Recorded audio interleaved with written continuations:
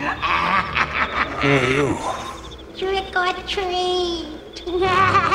14 forgotten science fiction and horror TV shows from the 80s and 90s that deserve a reboot. Television shows from the 80s and 90s gave us some rather unforgettable science fiction and horror classics. Not only were these shows profoundly loved, but they also proved that one didn't really require whopping budgets to come up with gripping, stimulating stories. In fact, all that was needed was an engrossing premise and some solid writing. No! Jango! Ray, come back! But sadly, for the shows that we are going to talk about in detail in this video, despite having a unique storyline and impeccable cast, they didn't get a second chance. Oh! Oh, great! It's Monsters, our favorite show! So gear yourselves up for today's video, where we will talk about 14 forgotten science fiction and horror television shows from the 80s and 90s that unquestionably deserved a reboot. Before we go into our explanation, we have a very small request. If you like our content, please support us by subscribing to our channel. This is a small click for you, but for us, it means a lot. Thank you. Let's begin. Ever made love to a vampire?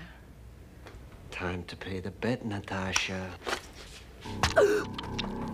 Monsters, 1988. Richard P. Rubenstein and Mitchell Galen's syndicated horror anthology series still holds an IMDb rating of 7.3 even today, in spite of first having premiered in 1988. Spanning across 3 seasons with 72 episodes steeped in horrors, the plot revolves around a family of monsters who watch different horror stories every week on their television.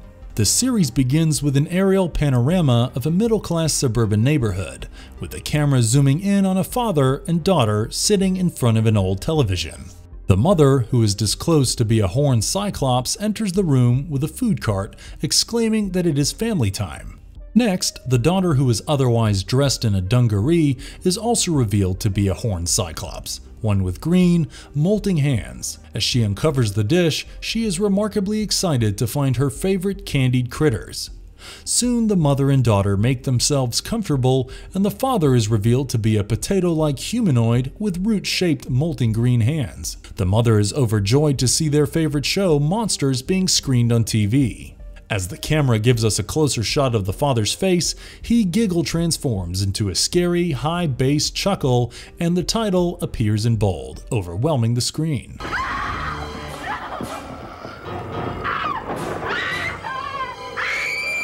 This series is certainly one of the many shows of the 80s that actually manages to take advantage of the anthology boom of the decade and whip up its very own crazy version. Every episode exhibits a standalone tale offering thick terror, dark comedy, and an ironic ending. It doesn't miss out on the diversity of the deadly monsters featured either. Episodes like The Match Game from the first season, Far Below from the second season, The Hole, The Waiting Game, and The Waiting Room from the third season deserve a special mention for being some of the best and most memorable chapters of the series.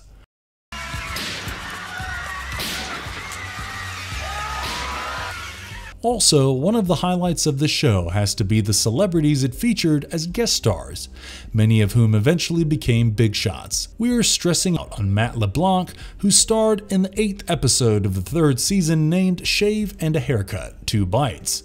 Chris Noth in Season 1, Episode 22 titled Satan in the Suburbs, Lily Taylor in Season 2, Episode 13 named Habitat, and Steve Buscemi in the 14th episode of the 2nd season, Bed and Bore. There's no denying that the show is a rare gem, and Donald Rubenstein's musical expertise takes it notches higher. Fans of the show and genre can only wonder why there wasn't a 4th season. To witness this highly entertaining show fade into obscurity and without a reboot is truly heartbreaking.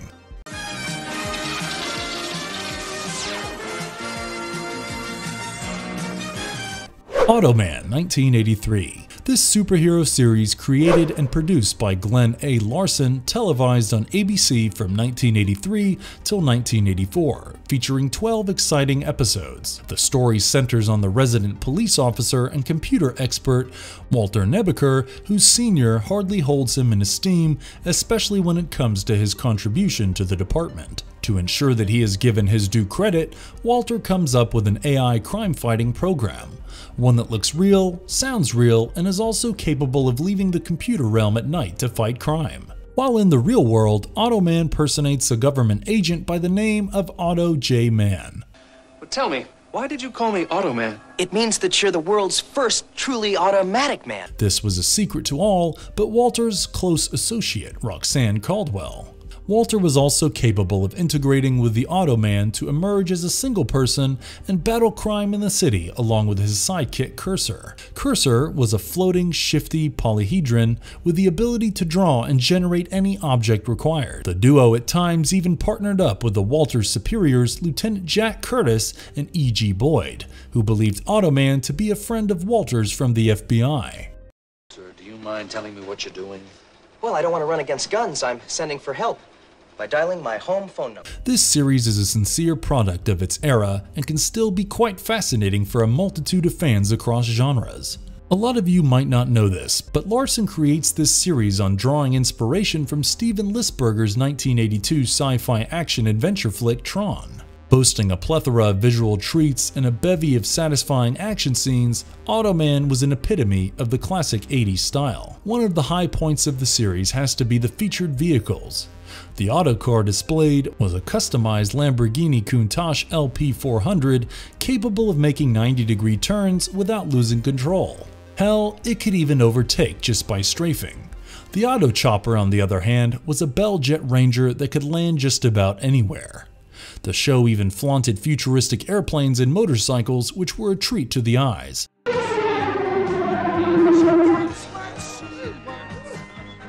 Also, it would be a sin to mention Automan's kicking costume here. The reason why the suit seemed to glow on screen was due to its retro-reflective sheeting design by 3M. The sole fact that the Automan had the prowess of wrapping himself around Walter as a means of safeguarding him is commendable. Coming back to the episodes featured, there were a total of 13 shot for the series, but only 12 of them aired. Afraid my batteries need charging. As per the earlier reports, Automan was cancelled mostly because of its poor ratings and the usage of some rather expensive special effects. But thanks to the American Home Video and the music company Shout Factory, the complete series was released, very much including the 13th episode, along with some added bonus features in 2015. It's disappointing that this charismatic sci-fi TV series only lasted 13 episodes, and one can only wish that this short-lived forgotten treasure is brought back in a much-needed reboot.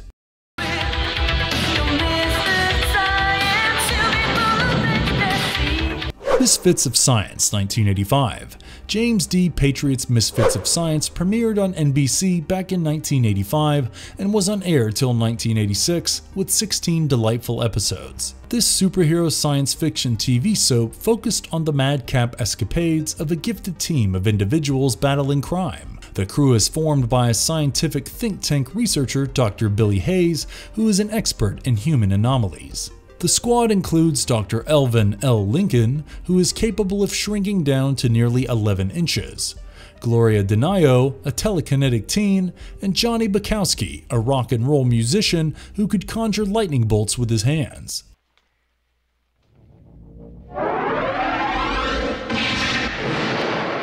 The series that was known as Superminds in France, Die Spezialisten Unterwegs in Germany, Curto Circuito in Brazil, and Los Científicos Rebeldes in Mexico, Colombia, Peru, and the rest of Latin America was a rare treasure. The whole concept of having characters that aren't grounded in society, each boasting special supernatural skills, who must learn to act like a team to overcome their flaws and go on exciting missions, worked in favor of the series. The show had it all, right from drama, action, suspense, mad comedy, fascinating characters, to one of the greatest theme songs to be featured ever.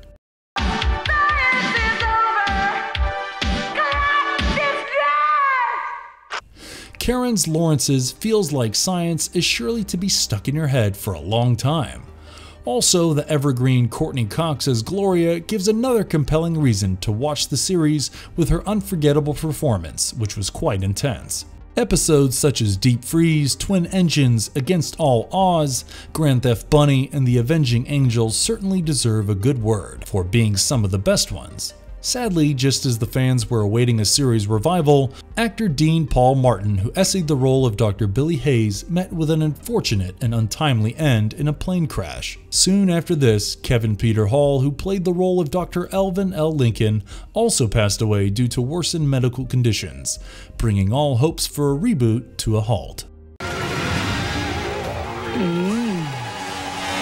Perversions of Science. Perversions of Science, 1997. Treated more like a spin-off of the 1989 horror anthology series Tales from the Crypt, this science fiction horror TV series aired on HBO in 1997, generating 10 episodes. Based on William Gaines' Weird Science, the series was hosted by a rather sexualized CGI female droid called Chrome, voiced by Maureen Tiffy. With Chrome concluding every episode with a comment and Danny Elfman's spectacular theme song, it would not be wrong to point out that the format of the series bore a striking resemblance to William Gaines and Stephen Todd's Tales from the Crypt.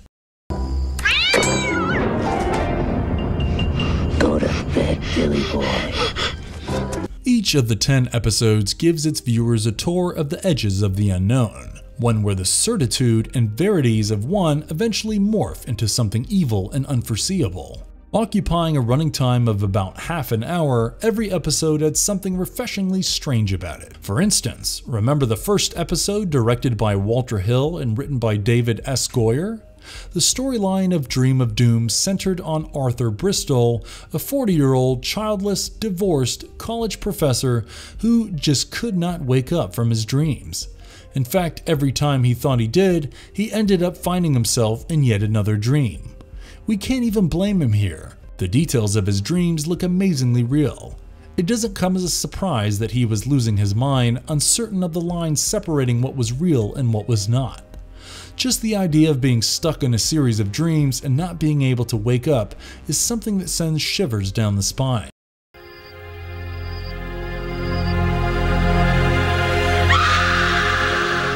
One of the other episodes that are remarkable is the sixth one, Plainly Possible, directed by Russell Mulcahy and written by Peter Atkins. The narrative revolves around a man whose wife is murdered and he decides to mourn in a bar. That's when he learns about the multiple universe theory and a machine that was capable of leading him to a different reality, one where his wife may still be alive. No wonder he offers himself up as the guinea pig of the test. Although he is strictly cautioned not to interfere with the alternate timeline, he ends up doing what he is told not to, and the real story begins. Surely an episode to remember and a series that deserves a reboot. One can only keep their fingers crossed. In the sunlit world of what he believes to be reality, but not as brightly lit.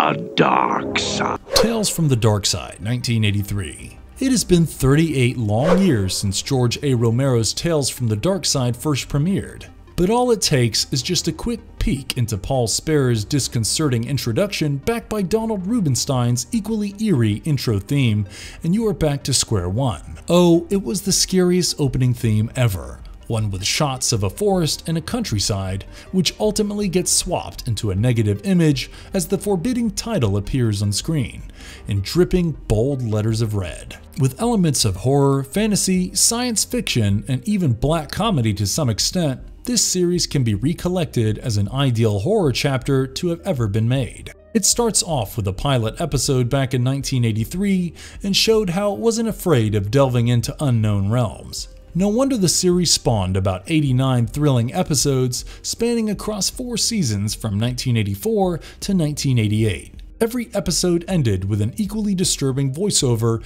by none other than Sparer himself. Until next time, try to enjoy the daylight. Tales from the Darkside irrefutably features some of the most bone-chilling episodes of all time. The fact that there was a twist in every episode made them all the more intriguing. Episodes such as Inside the Closet and Anniversary Dinner from the first season, Halloween Candy, The Devil's Advocate, Ursa Minor, and The Last Car from the second season, Seasons of Belief, and The Giesenstacks from the third season, and Sorry Right Number from the fourth season categorically happen to be some of the best chapters, one that will scare you even until this very day. Yet She's such a pretty little girl. Right from the engrossing script, the healthy dose of imagination, and the exceedingly unsettling sinister atmosphere, everything works well when it comes to spooking out the audience. Given that the series never really made a reboot, although we feel that they should have, we'd suggest you to watch these episodes right away to revive some rather nostalgic nightmares. Power on.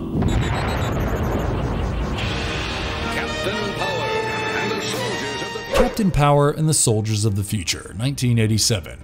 Gary Goddard and Tony Christopher's 1987 Canadian-American sci-fi action venture blended live action with animation based on computer-generated images, coming up with 22 exceedingly attention-grabbing episodes. The plotline is set in the 22nd century Earth, after a cybernetic revolt known as the Metal Wars results in the subjugation of the human race by intelligent machines. Captain Jonathan Power, along with a small team of guerrilla fighters who address themselves as the Soldiers of the Future, battle against Lord Dread, the dreaded ruler of the New World and his bio-dreads. Online, Captain. Can you pinpoint the area that transmission came from?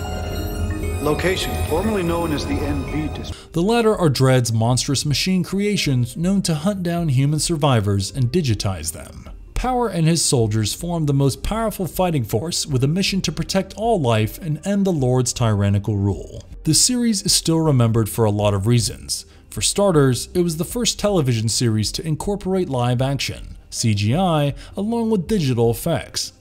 Next, the concept of using some code word and body language to morph into an armored hero worked well for the series. Thirdly, what was marketed as a children's show actually catered to young adults too. You can't deny the story was mature both in terms of tone and content. Fourthly, how could you forget Jessica Steen's portrayal of the main female protagonist, Corporal General Pilot Chase? God knows how many actually had a crush on her. Lastly, episodes such as Flame Street, Gemini and Counting, and Madness Shall Reign, Judgment, and A Summoning of Thunder Part 2 were conclusively the top episodes of the series. 06. Lock on and track. It could be Power. I will send backup. No need. All these make one wonder why a show with infinite potential and an incredible creative force lasted barely a period of just 7 months. However, fans of the series were excited when plans to bring the series back, set 28 years post the events of the first series, was declared in July 2016, with co-creator Gary Goddard's Goddard Film Group being one of the development teams of the new series. One can only wait, and while you do, why not rewatch the episodes and take that trip down memory lane?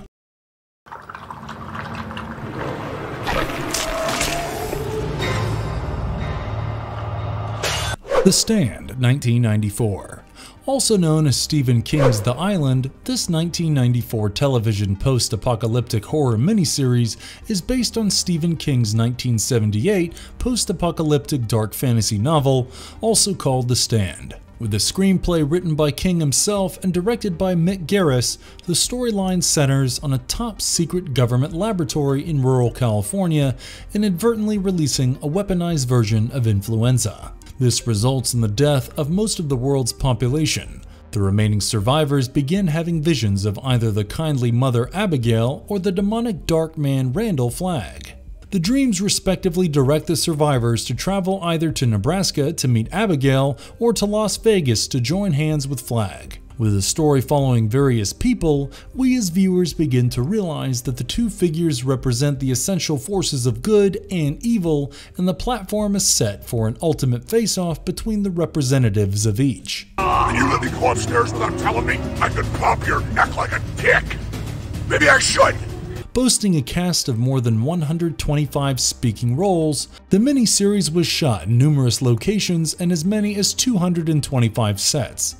You will be surprised to know that each of the 4 episodes was given a $6 million budget, and to reduce the expenses, The Stand was entirely shot on 16mm film. It would not be wrong to address this series as a tour de force, one that actually proves that a good story with an efficient cast can work wonders. W.G. Snuffy Walden's musical score gives this series a whole new frame of mind, and to see the characters on display bring so much of passion and realism to the story is nothing short of a treat. Your seed is cold. For instance, the characters featured are regular human beings with their set of problems, but to see them grow into whom they want to be makes you connect with them. When they die, we as an audience feel their loss. The series boasts an outstanding cinematography work by Edward J. Pei, and his work is bound to beguile you. A two-time recipient of the Primetime Emmy Awards, one for makeup and one for sound mixing, us fans can't help but wish for a reboot.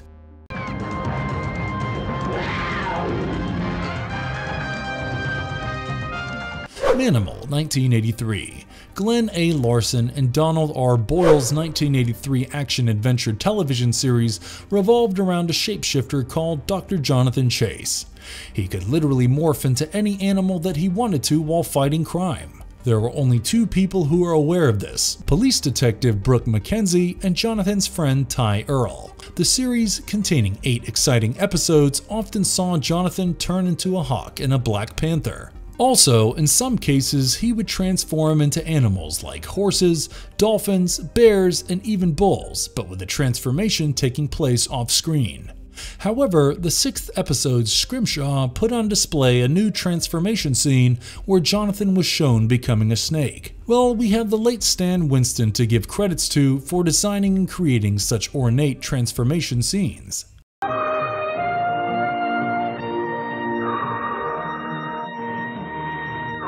From popular veteran stars like Robert Englund, Ursula Andress, Lloyd Bachner, Richard Lynch, and Terry Kaiser, among many, Manimal incorporated quite the guest cast. Even the protagonist of the series, the late Simon McCorkindale, he was charmingly faultless. He was precisely what made this series work, and even though it was short-lived, it was bliss to have him have us completely hooked to the television screen. Agreed that the plot was definitely cheesy and at times a bit too absurd, but it's the 80s we're talking about. It's supposed to be like that. Coming back to the transformation sequences, everything was carried out with the help of prosthetic makeup and mechanical effects.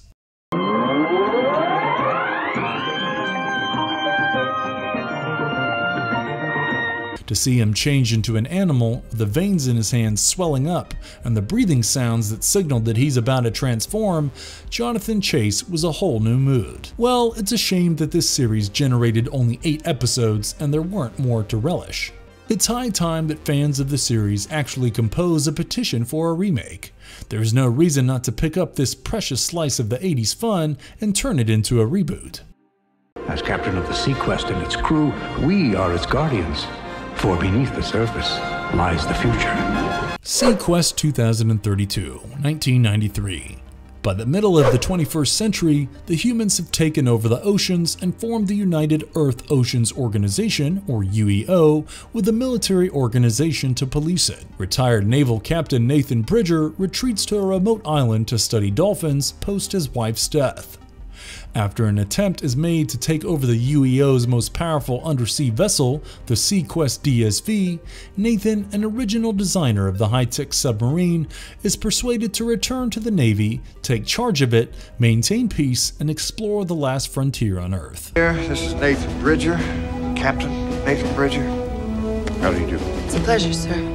Rockne S. O'Bannon's sci-fi TV series ran a total of 3 seasons, airing 57 episodes on NBC. Many of you may not know this, but Steven Spielberg, having expressed his interest in the series, actually served as one of the show's executive producers during the first 2 seasons. Even after 28 years, it's still hard to disregard the opening theme song by John Debney. Right from the captivating premise, the superb acting, the characters on display, the writing, to the production design, everything made this series thoroughly entertaining. Of course, the first season was the best of the 3, but then again the second season did introduce a rather new interesting character. You in jail? I'm on a submarine. Oh, yeah, right, I heard SeaQuest. We are talking about Peter DeLuise as Dagwood, a prototype of the genetically engineered life form who served primarily as SeaQuest's guardian. Exploring oceans has always been an exhilarating idea, and when it comes to science fiction, the genre gives you great imagination. This series does exactly that and proves itself as another show that was way ahead of its time. Also, you just can't miss out on the episode like To Be or Not to Be, Abalone, and Sympathy for the Deep. It's truly episodes like these that make me dream of a relaunch. Come with me to a place of wondrous contradictions. A place that is silent and unstirring. Come with me into the very cradle of darkness, where those who dwell alone. Ghost Stories 1997. Can anyone ever fail to remember this disconcerting introductory segment by Rip Thorn? The 1997 horror anthology spawned 44 episodes pickled in terror, with every chapter starting with Thorn's frightening prologue before diving deep into the story. Just like my wife. Just like my wife. However, like most of the other syndicated shows back then, Ghost Stories was given a rather bad time slot and hardly much media attention. This overlooked, neglected gem not only had stories that were creepy, but also ones that were quite solemn and thought-provoking. Episodes such as Cold in the Grave, Personal Demons, All Night Diner, Green-Eyed Monster, At Death's Door, It's Only a Movie, Consumers, You'll Wake the Dead, and Winner Takes All were very successful. So you're stealing young bodies, that's what you're doing. Trust me, it's better like this. We're gonna do more with your life than you ever will. The show had top-notch camera work, high production values, and engrossing stories that were ingeniously scary. A lot of people evaluate Ghost Stories to be a cut above the 1983 Tales from the Darkside. It's disheartening that there was neither a second season nor a reboot.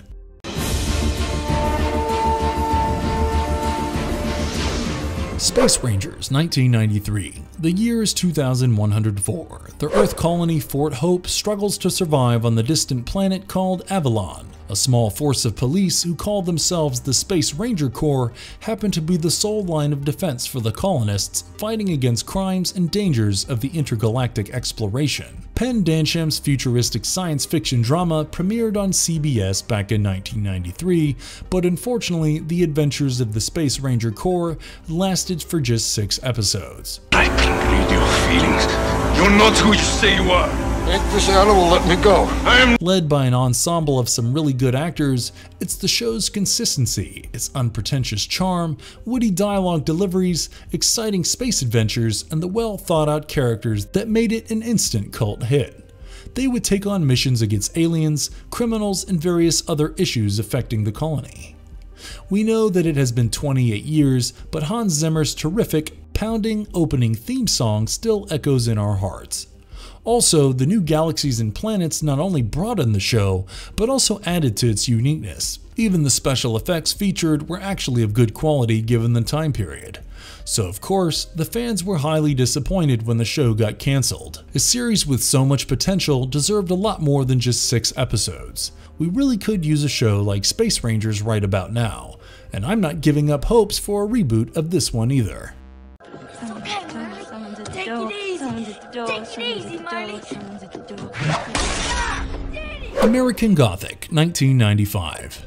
Sean Cassidy's horror series takes place in the fictional town of Trinity in South Carolina, revolving around Caleb Temple and the town's local corrupt sheriff, Lucas Buck. The sheriff, who otherwise looks quite pleasant and charismatic, is in reality a murderous rapist who makes use of demonic powers to influence people into making evil choices. Caleb, on the other hand, is the biological son of Buck, the latter having raped his mother right in front of Caleb's elder sister Merlin. The pilot episode had Buck slaughter Merlin and even drive Caleb's father into committing suicide just to get rid of Caleb's family and claim him as his own child. But things take a different turn when the new in town Dr. Crower starts probing deeper into the deaths of Merlin and Merlin's father, and with the new aid of Caleb's cousin, Gail Emery, struggles to stop Buck from fiddling the young Caleb. They're also helped by Merlin's ghost, who keeps appearing before Caleb to keep him away from Buck. With a current IMDb rating of 8.1, American Gothic generated 22 riveting episodes. Right from the main story to episodes like Damned If You Don't, Meet the Beatles, and Strong Arm of the Law, those who are yet to watch this show are clearly missing out on a real delight here. Those who have can't deny the fact that the series was way ahead of its time. With a solid performance by Gary Cole as the mysterious, evil sheriff and a young Lucas Black as Caleb Temple, the duo was truly remarkable. Adding to that was the intense performance by Sarah Paulson as Caleb's older sister Merlin. Also, Sam Raimi's production values were marvelous, along with special effects that were shockingly pleasing even for a network show. The storyline was an exception, and there was tension in almost every scene. The fact that the entire tone was intentionally kept dark, one that was aided with an unsettling atmosphere, eventually made it into a cult show. No wonder fans of the show just can't stop talking about it even after 26 years. American Gothic will inevitably remain one of the most memorable TV shows to have graced the TV screen, and we hate the fact that a show like this never had a reboot. You're in a house. Maybe your own. Maybe one you've never seen before. You feel something beckoning you, drawing you into the darkness, to the terror that awaits you in the Darkroom. Darkroom, 1981. Who can ever forget James Coburn narrating this alarmingly creepy introduction, accompanied with a sequence of dolly shots through the corridors of a house to a safe-lighted darkroom in a crawlspace under the stairs. Produced by Universal Television, this 1981 thriller anthology aired on ABC for a very brief span, featuring just 7 episodes. With a running time of 60 minutes, every episode showcased 2 or more stories of varying lengths, with an entirely new story and cast, as well as Coburn hosting the wraparound segments in his signature style. The high point of this series are unquestionably the double billing episodes. The 3rd episode features the stories Needlepoint and Siege of 31 August stand out. While the first story revolves around an elderly woman resorting to voodoo to get revenge on a pimp who takes advantage of her granddaughter from beyond the grave, the 2nd story is about a Vietnam veteran turned farmer who gave his son a military playset, only to discover that the tiny soldiers are very much alive. It goes without saying that both the stories were quite capable of scaring the living daylights out of anyone. All segments of the series are creepy, compelling, and most importantly effective. The stories possess a pleasant variety in terms of tone and length, especially with the creative twists and turns and of course the climax. Despite the show's brief run, the stories featured were in fact so disturbing that its terrifying impact remained with fans even after 40 years. So, if you happen to be a fan of horror anthologies, there's simply no reason for you to not get hooked onto this one. Go ahead, pick any episode of The Darkroom and give it a shot. Who knows, you might even end up binging the whole season and even wish for a reboot. Just don't complain if you wind up having nightmares for the next couple of years. After all, you have been warned.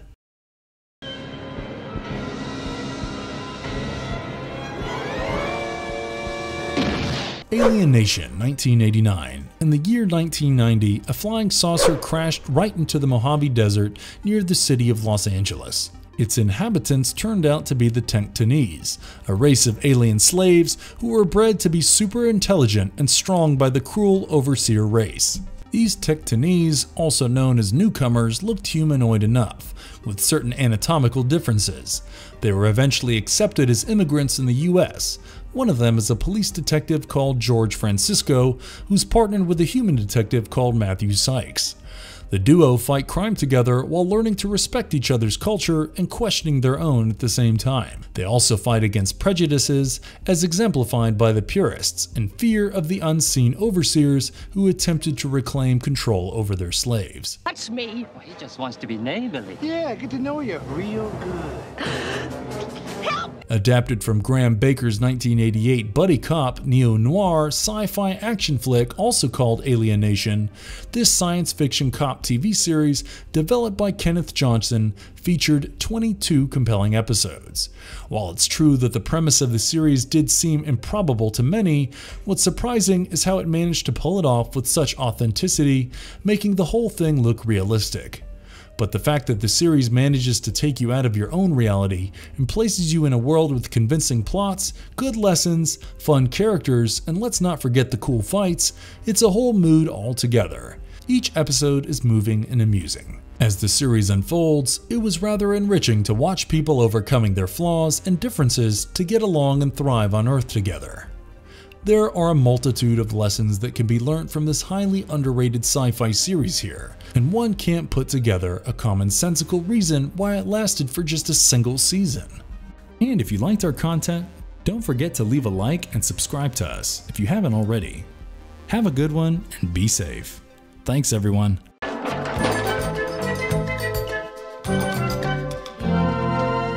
no place like home.